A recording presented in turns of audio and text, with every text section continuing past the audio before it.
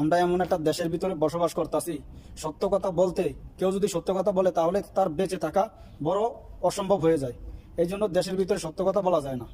আর দেশের কি খবর আমরা কেউ এখন বলতে পারি না, কেউ জানতে পারি না, কেউ বলতে পারি না দেশের অবস্থা কিরকম, কোন অবস্থায় আছে, বাংলাদেশের অবস্থা এখন কোন অবস্থা আছে আমরা আমরা বলতেই পারি না। আমরা তো কোনো যোগাযোগ করবো আত্মীয় স্বজনের সাথে, আমরা আত্মীয় স্বজন আছে তাদের কোনো খোঁজখবর নিতে পারি না, তাদের সাথে যোগাযোগ করবো অথচ তাদের সাথে কথা বলতে পারি না, তাদের সাথে কোনো যোগাযোগ নাই, ভাই বোন আত্মীয় স্বজন স্ত্রী সন্তান কে কোথায় কি কোন অবস্থায় আছে আমরা বলতেই পারি না, কোনো খোঁজখবর রাখতেই পারি না। এখন কারো কাছে যদি কোনো খবর হয়, কারো কাছে কেউ যদি জানেন যে বাংলাদেশের কি অবস্থা, বাংলাদেশ এখন কোন পর্যায়ে আছে, কেউ যদি জানতে পারেন তাহলে কমেন্টের মাধ্যমে অবশ্যই অবশ্যই জানাবেন। অনেকে বলে বিপিএন চালু করলে কথা বলা যায়, বিপিএন চালু করলে কথা বলা যাবে, তো বিপিএন চালু করতে হবে এখান থেকে।